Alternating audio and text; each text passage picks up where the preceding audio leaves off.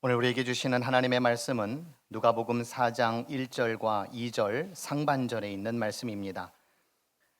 예수께서 성령의 충만함을 입어 요단강에서 돌아오사 광야에서 40일 동안 성령에게 이끌리시며 마귀에게 시험을 받으시더라. 담임 목사님 나오셔서 말씀 선포하시겠습니다. 오늘은 교회력으로 사순절 첫 번째 주일입니다. 이 시간에 이 주일에 교회력으로 주신 말씀인 누가복음 4장에서 말씀을 봉독을 했습니다. 이 말씀을 중심으로 해서 사순절 절기를 시작하며 라는 제목으로 설교 말씀을 드리겠습니다. 음력 24절기로 경칩인 지난 3월 5일 날 예쁘장하게 생긴 TV 기상 예보자가 그동안 오락가락하던 날씨가 이제 평년 기온을 되찾겠습니다. 그렇게 예보를 하더군요. 어려서 경칩이란 말이 뭔지 모르던 시절에 저희 할아버지께서 이때쯤 달력을 보시고 이런 말씀을 하셨어요. 우수경칩이면 대동강물이 풀린다는데 이제 봄이 오는가 보다, 그런 말씀을 하셨어요. 3월에 들어서서 이제 땅속에서 잠자던 개구리가 깨어난다고 하는 경칩을 지났으니 이제 본격적으로 봄이 시작되는 것 같습니다. 3월에 들어서면 우리 기독교 신앙인은 지난 수요일, 마침 그날이 경칩이었던 날인데 재수요일을 시작으로 해서 사순절 절기에 들어서서 새봄 신앙 생활을 시작하게 됩니다.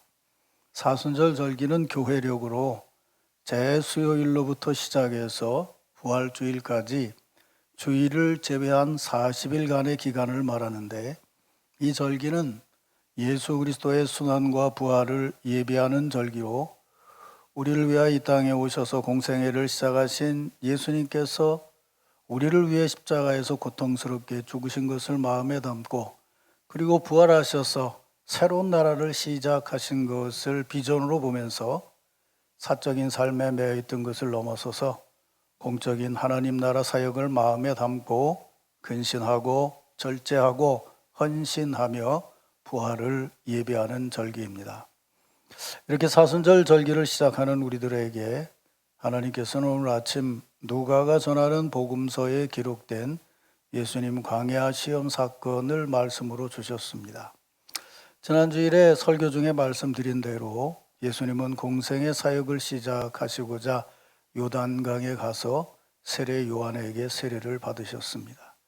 세례를 받으실 때에 성령이 비둘기같이 임하셨고 하늘로부터 내 사랑하고 기뻐하는 아들이라는 음성을 들으셨습니다. 그리고 임하신 성령으로 충만하신 예수께서 광야로 나가셨고 거기서 40주야를 금식하며 마귀의 시험을 이겨내시고 공생의 사역을 시작을 하셨습니다. 이것이 우리가 알고 있는 예수님의 세례 그리고 시험으로 이어지는 공생의 첫 출발, 첫 사건 시작을 기록하고 있는 대략적인 내용입니다. 이 광야 시험은 네 권의 복음서 중에 마태복음 4장과 오늘 아침에 읽은 누가복음 4장에 비교적 자세하게 기록이 되어 있습니다. 저는 예수님의 이 광야 시험 사건은 성경을 읽고 기독교 신학을 시작하는 우리들에게 우리의 바른 신앙을 정립하는 데 아주 중요한 기초가 되는 말씀이라고 생각을 해서 젊어서 청년들 집회를 할 때부터 시작을 해서 이 말씀을 아주 중요하게 설교해 왔습니다.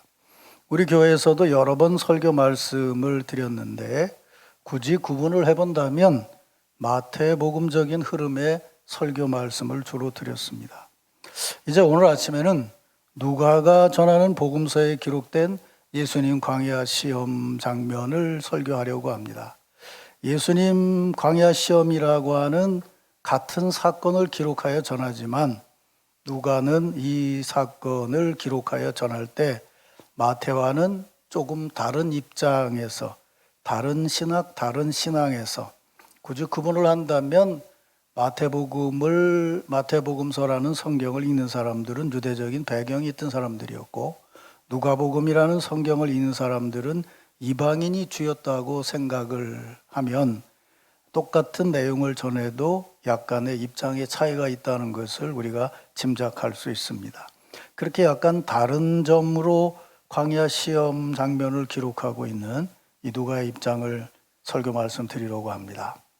이 말씀이 사순절 절기를 시작하는 여러분 모두에게 하나님의 축복과 비전의 음성으로 들려주시기를 주의 이름으로 축원합니다. 이 말씀과 함께 오늘 하루 아주 우리 찬양대가 힘차게 사순절을 준비하는 우리의 마음을 찬양으로 올려드렸는데, 말씀과 함께 사순절 절기를 예수님을 따르는 제자로서 바르게 시작할 수 있는 그런 축복의 시간이 되기를 주의 이름으로 축원합니다. 자, 이제 그럼 오늘 본문으로 주어진 누가복음 4장 1절 그리고 2절 초반까지의 말씀을 제가 천천히 읽겠습니다. 예수께서 성령의 충만함을 입어 요단강에서 돌아오사 광야에서 40일 동안 성령에게 이끌리시며 마귀에게 시험을 받으시더라. 누가는 예수님께서 요단강에서 세례를 받으시고 광야에서 40일간 마귀의 시험을 받으셨음을 기록하고 있는데, 천천히 꼼꼼히 읽어보면 제가 앞에서 말씀드린 일반적인 광야 시험을 이해하는 생각과는 조금 다르다는 것을 발견하게 됩니다. 이 대목을 기록한 마태복음, 우리가 일반적으로 생각하는 예수님 시험 장면을 기록하고 있는 마태복음을 보면 신약성경 3페이지인데 마태복음 4장에 이렇게 기록이 되어 있습니다. 그때 예수께서 성령에게 이끌려 마귀에게 시험을 받으러 광야로 가사 40일을 밤낮으로 금식하신 후에 줄인지라 라고 기록이 되어 있습니다. 갑자기 두 곳의 성경을 이어서 읽어드리니까 어떤 점이 다른지 여러분들이 구분하기가 쉽지 않을 텐데, 같은 사건을 기록하고 있는데 분명한 차이가 있습니다. 마태복음은 예수님은 그때에 라고 되어 있어요.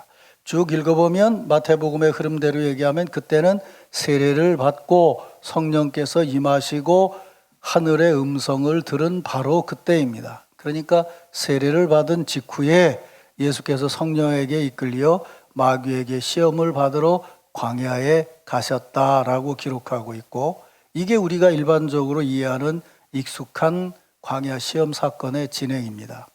그런데 똑같은 사건을 누가복음은 이렇게 기록하고 있습니다. 예수께서 성령의 충만함을 입어 요단강에서 돌아오사 광야에서라고 합니다. 차이가 보이시는지요? 마태는 세례를 받으시고 광야로 가사라고 기록이 되어 있고, 누가는 요단강에서 세례를 받고 돌아오사 광야에서, 세례를 받으신 요단강에서 광야로 돌아오셨다고 기록을 하고 있습니다. 그럼 여러분 생각에 예수님이 세례를 받고 성령을 받고 광야로 가셨나요? 아니면 예수님이 세례를 받고 성령을 받고 광야로 돌아오셨나요?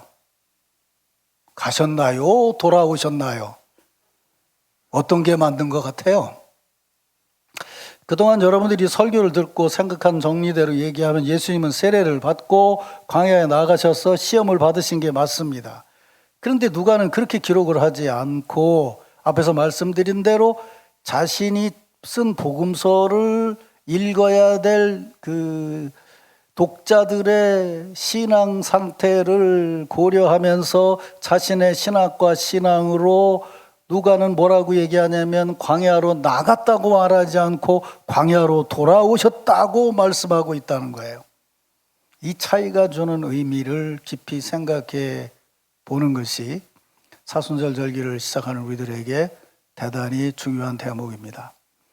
마태복음은 아시는 대로 네 권의 복음서 중에 제일 첫 번째 기록이 되어 있는데, 마태복음을 쓸 때 마태가 전하는 예수님은 누구냐면 만왕의 왕이셔요. 만주의 주셔요. 그래서 태어난 예수님을 만나러 온 사람도 누구냐면 왕족들인 동방박사들이었어요. 외국의 왕족들이 예수님 어린 예수께 와서 절을 하셨다는 거예요. 왜? 왕 중에 왕이시기 때문에. 그런 특별한 왕으로 소개를 하고 있어요.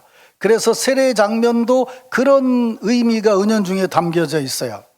세례 요한이 하나님 나라를 선포하고 세례를 베푸는데 예수님께서 오셨습니다. 그때 세례 요한이 이렇게 말합니다. 제가 당신에게 세례를 받아야 하는데 어찌 제게 오셨습니까? 예수님께서 대답하세요.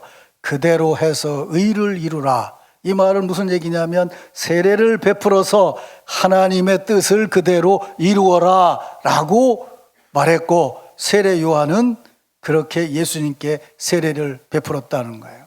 그러니까 세례를 받을 때 예수님을 마태는 세례 요한보다 훨씬 더 큰 하나님의 아들이신 왕이신데 그 하나님 나라를 이루기 위해서 세례를 받으러 오셨고, 그 세례를 받을 때에 하늘의 음성이 들려서, 다시 말하면 새로운 하나님 나라 사역을 시작할 새로운 사역자인 그리스도인 예수 그리스도가 자신을 자각하고 성령에 이끌려서 마귀에게 시험을 받으려고 광야에 가셨고, 성령의 인도하심과 말씀으로 그 시험을 이겨내셨다는 거예요. 마태복음이 전하는 시험의 장면은 왕 중의 왕, 만주의 주라는 특별한 공생애를 시작함에 적절한 순서로 그것을 당연하게 이겨나가시는 하나님의 아들 예수 그리스도를 보여주고 있어요. 이런 영적인 흐름 안에서 예수님의 시험을 전할 때에 마태가 목적하는 것은 하나님의 사역자 그리스도로서 그 자리에 서 있다고 하는 것을 강조해서 말씀하고 있는 것이에요. 근데 이런 입장에서 보면 여러분들은 그냥 쉽게 넘어갔지만 한 가지 이제 의문이 생기게 되죠. 그것은 뭐냐 하면 이렇게 본 예수님의 시험 장면이 우리들의 신앙 경험과 신학으로 조금 이상하다는 거예요.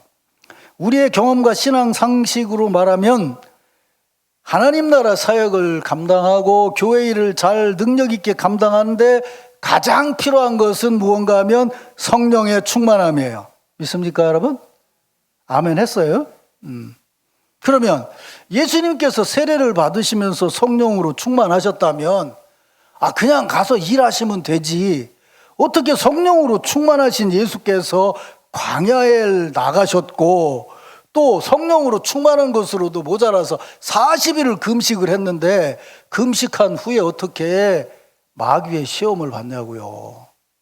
목사들이 흔히 강단에서 설교하는 것 여러분이 이해하는 것대로 말하면 우리가 왜 시험을 받습니까? 성령으로 충만하지 못해서예요. 왜 시험을 받습니까? 금식기도 하지 않고 기도하지 않아서예요.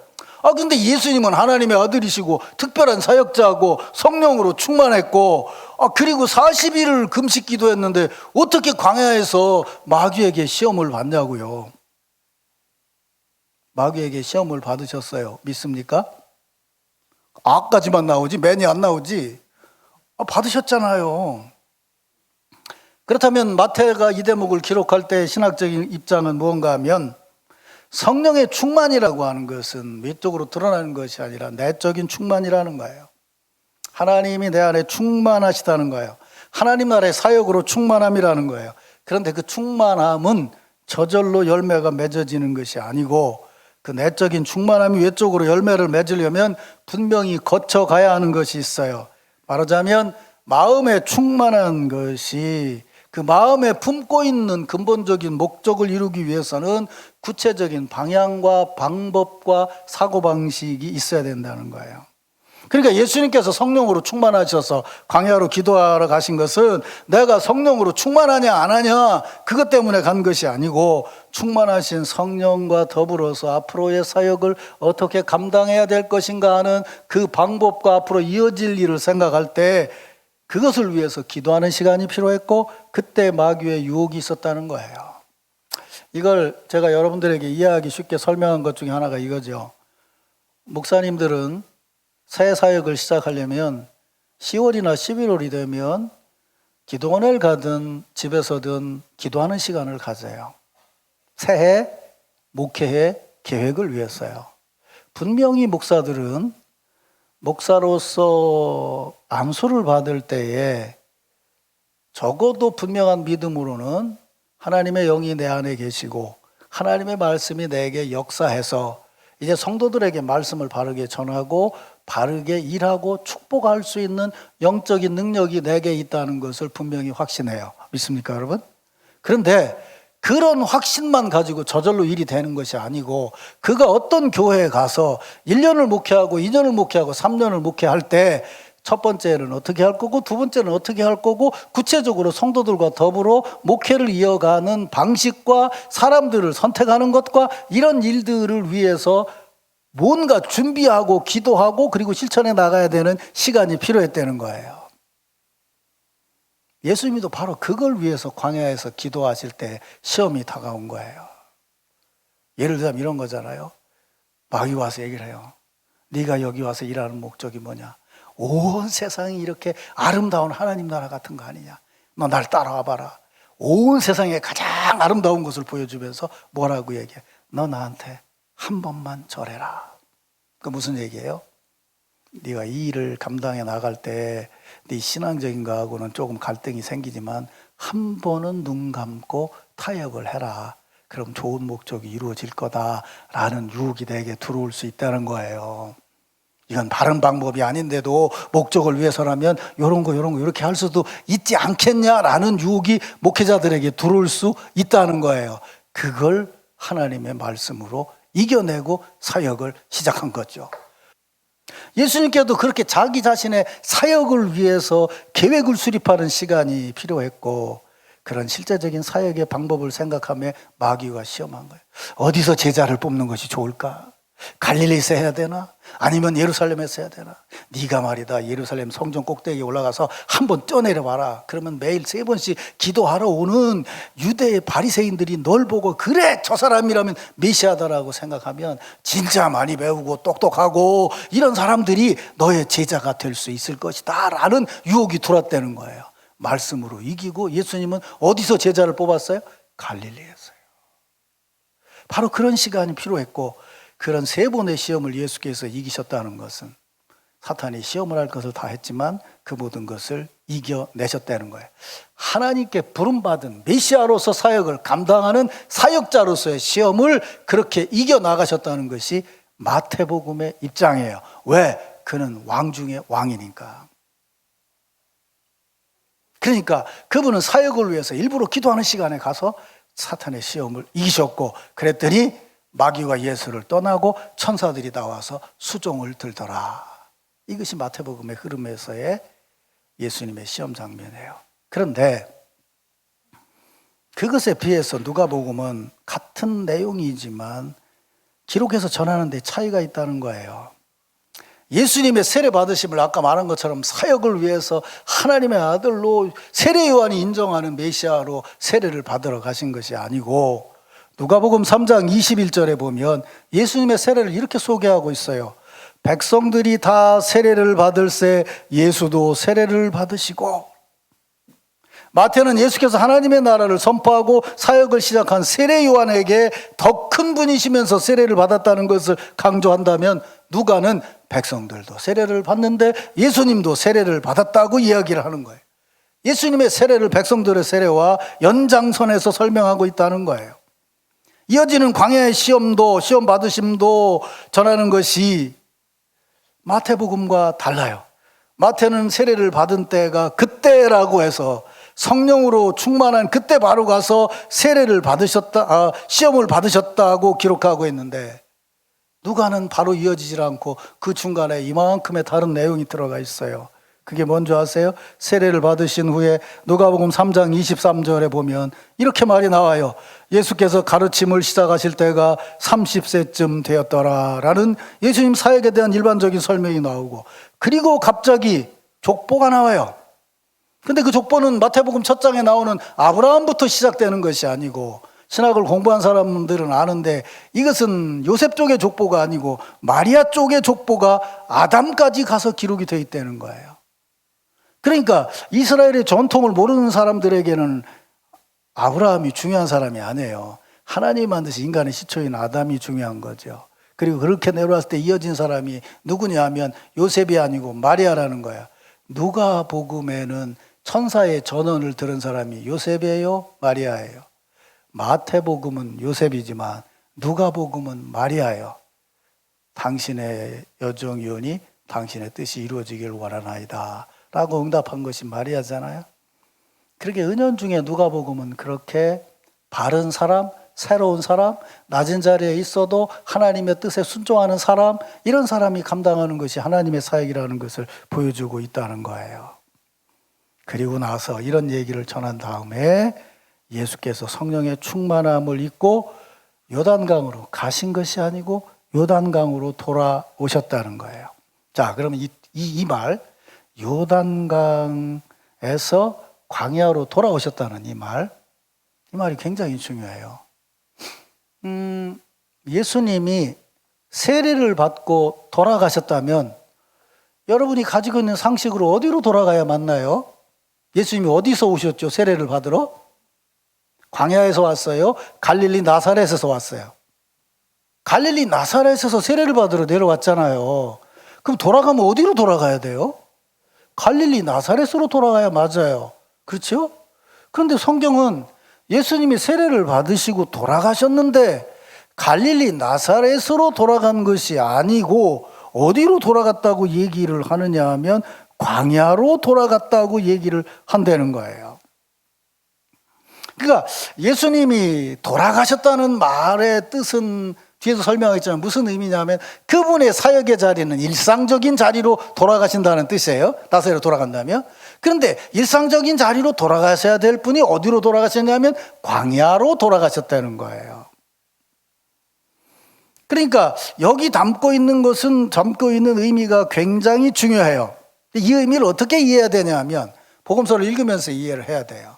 이 광야가 어떤 의미가 있냐. 자, 보세요. 세례 요한이 말씀을 선포하고 세례를 베풀었을 때에 유다 지역에서 많은 사람들이 왔어요. 세례 요한이 회개하라는 메시지를 듣고 누가복음에 이제 그런 기록이 나오는데 뭐라고 얘기하냐. 이렇게 물어요. 우리가 무엇을 하여야 하리까? 무리들이 물었을 때 세례 요한이 이렇게 대답해요. 옷 2벌이 있는 자는 옷 없는 자에게 나눠줄 것이고 먹을 것도 그렇게 해라. 이번엔 세리들이 물어요. 우리가 어떻게 하면 좋겠습니까? 부가된 것 위에는 거두지 말라라고 얘기해요. 이번엔 군인들이 물어요. 우리가 어떻게 하면 좋겠습니까? 사람들에게 강탈하지 말고 거짓으로 고발하지 말고 받는 급료로 족한 줄을 알라. 잘 생각해 보세요. 무리가 지금 세례 요한에게 묻는 자리는 우리가 무엇을 하여야 할까라고 묻는 자리는 광야예요. 그런데 묻는 내용은 무엇을 하여야 할 거는 세례 요한이 대답할 때 여기서 무엇을 해야 된다라고 대답하는 것이 아니고 너희가 여기서 세례를 받고 일상적인 자리로 돌아갔을 때에 이렇게 살라는 거예요. 옷 2벌 가졌으면 옷 없는 자에게 나눠줘라. 먹을 것도 나눠줘라. 세리들 니들 많이 받지 마라. 광야에서 받겠어요? 삶의 자리에서 받겠어요? 삶의 자리에서 받겠죠. 군인들에게 물어요. 사람들에게 강탈하지 말고 급료를 족한 줄로 알아라. 광야예요? 삶의 자리예요. 그러니까 요한이 이 대목의 말씀을 전할 때에 광야에서 선포했지만 요한이 전하는 메시지의 근본 자리는 뭐냐면 일상적인 삶의 자리라는 거예요. 그 일상적인 삶의 자리를 광야에서 하나님의 말씀을 들을 때처럼 살라는 거예요. 예수님이 돌아오신 자리가 어디냐면 바로 거기라는 거예요. 일상적인 자리로 돌아왔어요. 물론 나중에 사역을 시작한 데는 어디예요? 갈릴리예요. 근데 갈릴리로 가시기 전에 그분은 광야를 거쳐 돌아가셨다는 거예요. 세례 요한의 이런 메시지를 그대로 담고 일상의 삶으로 돌아가셨다는 거예요. 예수님 분명히 하나님 나라 사역을 선포하고 그 사역을 감당하는데 예수께서 감당하신 사역의 자리는 현실의 자리였다는 거예요. 현실의 삶을 살 때 그 삶의 자리는 근본적으로 광야의 삶이라는 거예요. 먹을 것도 없고 아무것도 없다는 의미도 있지만 이스라엘 백성들의 광야는 뭐냐? 하나님의 말씀을 따라 하루하루 하나님이 주시는 것을 가지고 먹고 살고 현실에서 삶을 살았던 자리예요. 이것을 분별하는 것이 우리가 사순절 절기를 신앙하는데 굉장히 중요해요. 제가 한 3, 4년 어거스틴을 연구했는데 어거스틴이라는 사람은 젊어서 태어난 데가 북아프리카예요. 프랑스 사람하고 알제리하고 갈등을 생각해 보면 알죠. 북아프리카에서 태어난 머리 좋고 똑똑한 젊은이가, 야망 있는 젊은이가 아프리카 촌놈이 로마 제국에서 어떻게 출세하고 살 수 있겠냐? 한 가지밖에 없었어요. 로마의 귀족 자녀들에게 연설을 가르치는 거예요. 수사하게 능통한 거예요. 머리 좋으니까 공부를 많이 했어요. 이런 일 저런 일을 겪으면서 도대체 왜 선한 것이 있고 악한 것이 있느냐라고 고민하고 있었는데, 그때 유명한 지도자가 하나 나타났어요. 그게 마니교의 주장인데, 세상에는 선한 실체가 있고 악한 실체가 있어서 이 둘이 스트러글 하는 것이 세상의 삶이다 라고 가르쳤어요. 악한 실체가 있고 선한 실체가 있고 이 싸우는 거다. 지금 부흥 강사들 중에도 기독교 얘기를 하는데 기독교 설교가 아니라 마니교 설교하는 사람이 얼마나 많은지 몰라요. 내가 기도했더니 성령께서 역사해서 마귀의 세력을 쫓아냈다. 내가 기도를 안 했더니 마귀가 역사하는 것. 이건 전부 기독교가 아니에요. 하나님이 천지를 창조할 때 선한과 악한 걸 창조했나요? 선한 것만 창조하셨죠. 믿습니까, 여러분? 왜 이런데 또 이 양반들이 오늘 6일 동안 창조하시고 보시기에 좋았더라라고 하잖아요. 선한 걸 창조했다는 거예요. 근데 현실적으로는 안 그렇다는 거예요. 그래서 만약에 쌓였어요. 그런데 생각을 해보니까 이 선한과 악한 것을 다 물질로 생각했는데 지금도 그렇게 생각하는 사람들이 너무 많아요. 그러다가 플라톤주의를 접하게 되면서 이게 아니고 신이 영적인 존재라는 걸 깨닫게 돼요. 물질적인 것들끼리 싸움이 아니고 물질은 영적인 하나님이 만드신 거구나 라는 걸 깨닫게 돼요. 그래서 지혜, 태초에 말씀이 계시니라든지 이런 말들이 뭐냐면 하나님은 물질적인 분이 아니시라는 거예요. 제가 여러분들에게 여러 번 설명하잖아요. 물질적인 갈등으로 하나님을 알 수 있는 것이 아니라는 거예요. 하나님은 영적인 분이시라는 거예요. 그래서 플라톤주의처럼 물질적인 거로 내려가면 내려갈수록 악한 것이고 위로 올라가면 올라갈수록 선한 것이다 라고 해석을 했어요. 이게 또 지금 교회 안에서도 또 난리인 거예요. 금식하고 뭐하고 한다고 하는데 나중에 골로새서나 에베소서 보세요. 지나친 겸손, 지나친 금식은 너를 드러내기 위한 거다라고 얘기를 하죠. 그래서 영적인 것을 엄청나게 추구하기 위해서 굶고 뭐하고 영적인 것을 보고 비전을 하고 했어요.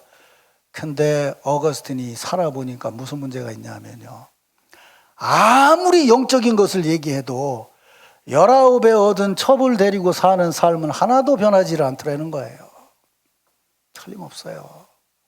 교회에서 얘기하는 것을 영적인 거로 받아들이는 사람들 치고 현실의 삶이 바꿔지지 않은 사람이 너무도 많아요. 성경을 가지고 얘기할 때, 영적인 진리를 얘기할 때는 잘 듣는 것 같아요. 멋지게 하는 것 같아요. 영적인 지식을 하는 것 같아요. 육체적으로는 하나도 변하지 않아요. 감정도 안 변하고 생각도 안 변하고 초심도 안 변해요. 그것 때문에 세례를 받으려고 하는데 어거스틴이 세례를 안 받으려고 하는 거예요. 왜? 영적인 진리를 알면 뭐하냐, 이거. 내 삶이 안 바뀌어졌는데 내가 어떻게 세례를 받을 수 있냐라는 거죠. 그때 그가 성경을 펴들고 발견한 분이 누구냐면 사도 바울이에요.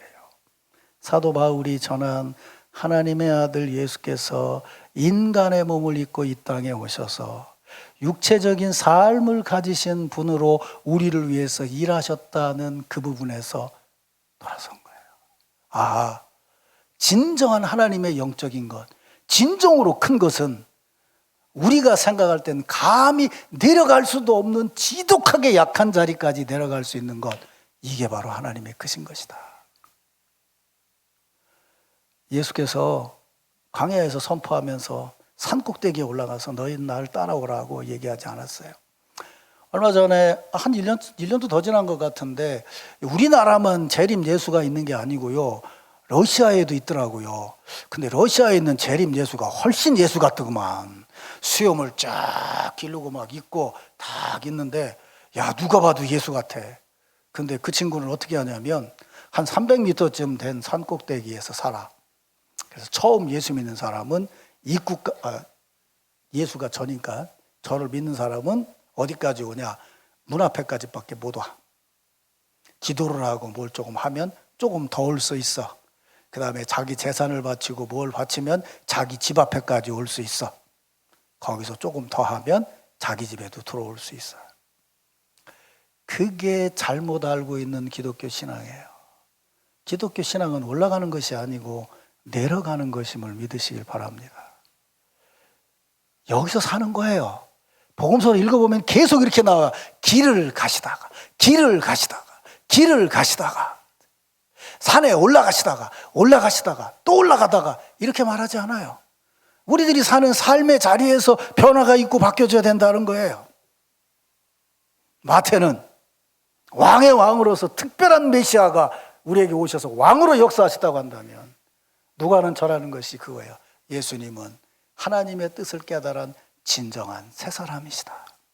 그분은 광야를 거치면서 우리의 자리에 오셔서 우리들처럼 사시는 분이시다라는 거예요. 믿습니까, 여러분?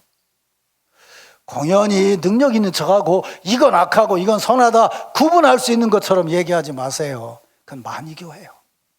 너는 여기까지 머물러 있지만 나는 3층까지 가 있다, 그렇게 얘기하지 마세요. 그건 플라톤주의적인 신화예요. 거기에는 삶의 변화가 없어요. 기독교는 이런 곳이어야 됩니다 라고 멋진 이상적인 것을 얘기해요. 근데 현실 기독교에서 여기서 삶을 살아가는 모습은 그거하고는 아무런 상관이 없어요. 그건 기독교가 아니에요. 플라톤 철학이죠. 한국의 기독교의 수많은 지도자들 중에 이런 얘기를 아주 쉽게 하는 사람들이 많아요. 내가 기도해 보니까 여기는 영적으로 타락했고 여기는 영적으로 바른 것이다. 영적으로 바른 것이다라고 얘기하는데 물질적인 것 가지고 비교를 해서 얘기를 하려고 그래요. 이건 선하고 악하고. 그건 만이교지 바른 신앙이 아니에요. 너희는 기도를 많이 해서 여기까지 올라올 수가 없다. 너희는 기도해가지고 되는 게 아니다. 그거 기독교가 아니에요. 너희는 생각할 수도 없는 낮은 자리에 주님이 내려가셨으니 우리도 그런 광야 같은 길을 통해서 이 현실의 자리에서 성도들과 더불어 신앙의 걸음을 걸어가야 되겠다. 사순절 절기를 지나면서 여러분, 사순절 절기는 우리가 우리 자신을 돌아보는 거예요. 회개하는 시간이에요.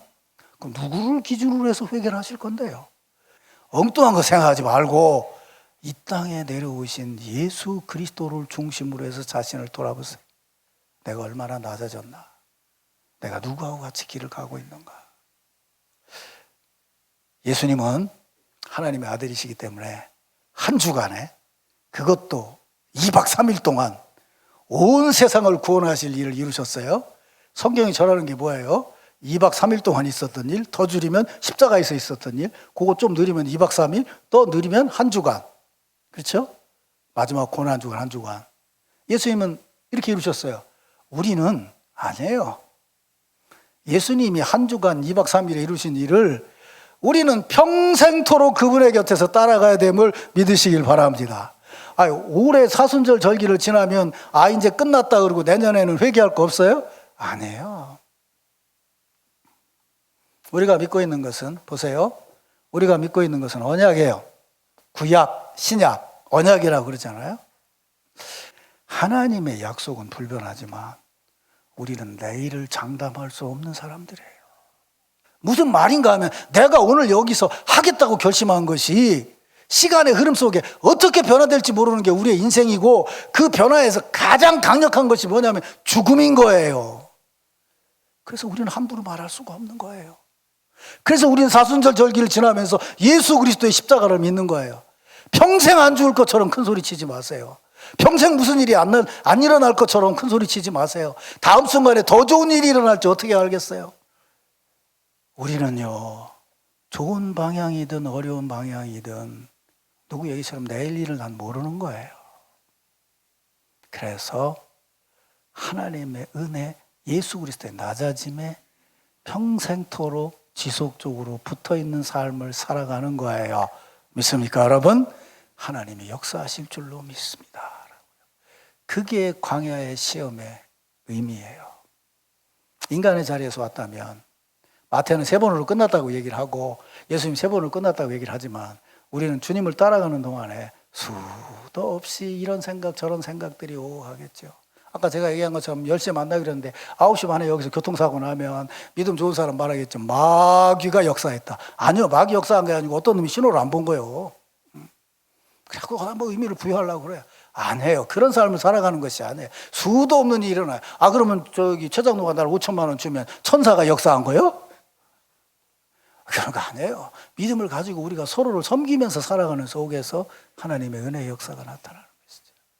사랑하는 성도 여러분, 새봄이 되면 누가 뭐라 그래도 시커멓게 죽은 것 같은 나무에서 새순이 돋아나요. 하나님의 섭리하심이 있다 그 말이에요. 사순절 절기를 지나면서 그걸 보고 하나님의 은혜를 깨달을 수 있는 우리들은 더 의식적으로 그런 삶을 살아가야 하는 것이에요.